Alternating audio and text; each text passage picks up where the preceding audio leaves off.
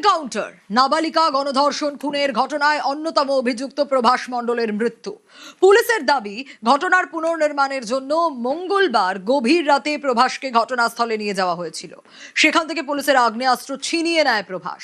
পুলিশকে লক্ষ্য করে এক রাউন্ড গুলিও চালায়, পালানোর চেষ্টা করে। পুলিশের দাবি, তখনই আত্মরক্ষার্থে বাধ্য হয়ে গুলি চালায় তারা।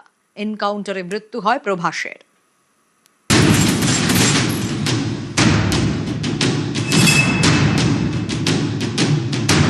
মঙ্গলবার গভীর রাত বারুইপুরে এনকাউন্টার।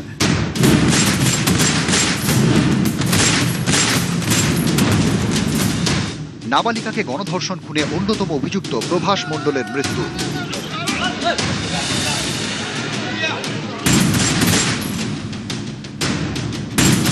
মঙ্গলবার রাত 12:45 গণধর্ষণ এবং খুনের ঘটনার পুনর্নির্মাণের জন্য প্রভাসকে ঘটনাস্থলে নিয়ে যায় পুলিশ।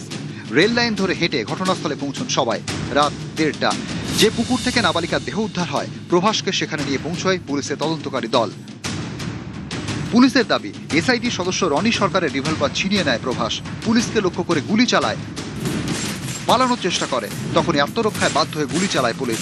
প্রভাসকে লক্ষ্য করে গুলি চালান এসআইটির আরেক সদস্য অর্ঘ মণ্ডল। পুলিশ সূত্রে খবর, প্রভাসের পাঁজর এবং পেটের ডান দিকে গুলি লাগে।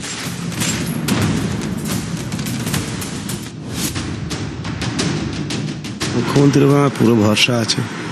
দাদার সঙ্গে কাল কথা হয়েছে, দাদার উপর পুরো ভরসা রেখেছি।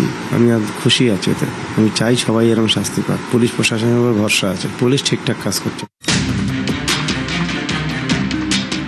বুধবার সকালে সবার আগে এনকাউন্টার স্পটে পৌঁছয় নিউজ 18 বাংলা। প্রভাস মণ্ডল, তাকে নিয়ে গতকাল রাত্রি 12:45 এই ঘটনাস্থলে রিকনস্ট্রাকশনের জন্য এসে পৌঁছয়। প্রভাস মণ্ডলকে নিয়ে আসার পরেই, যেটা পুলিশের তরফে দাবি, যে জায়গাতে এই ঘটনা ঘটেছে সেই জায়গাতে পুলিশের কাছ থেকে রিভলভার ছিনিয়ে নিয়ে, সার্ভিস রিভলভার ছিনিয়ে পুলিশের দিকে লক্ষ্য করে এক রাউন্ড গুলি ফায়ার করা হয়। এবং যখন এই ঘটনা হয়, তারপরে যে ছবি তুমি দেখতে পাচ্ছ, এই জায়গা দিয়ে প্রভাস মণ্ডল পালানোর চেষ্টা করেছিল। পুলিশকে বাধ্য হয়ে সেই সময় আত্মরক্ষার্থে গুলি চালাতে হয়।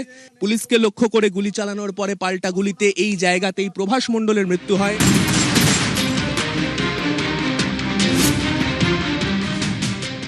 আমার বিয়ের পরেও আমি নোংরামও দেখেছি, অনেক অত্যাচার করে আমি এখন সংসার করছি। তা আমি মেনেই নিয়েছি যে ও করেছে। এই যে পুলিশের গুলিতে মারা গেল, কিছু বলবেন? ও অন্যায় করেছে, ও দোষ করেছে, ও হচ্ছে গুলি খেয়েছে।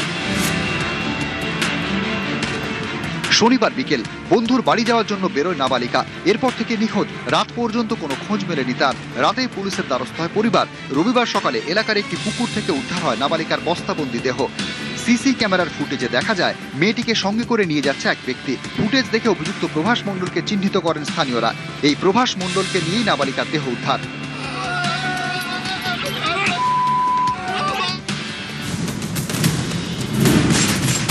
মঙ্গলবার গভীর রাতে এনকাউন্টারে মৃত প্রভাস। নিউজ 18 বাংলা।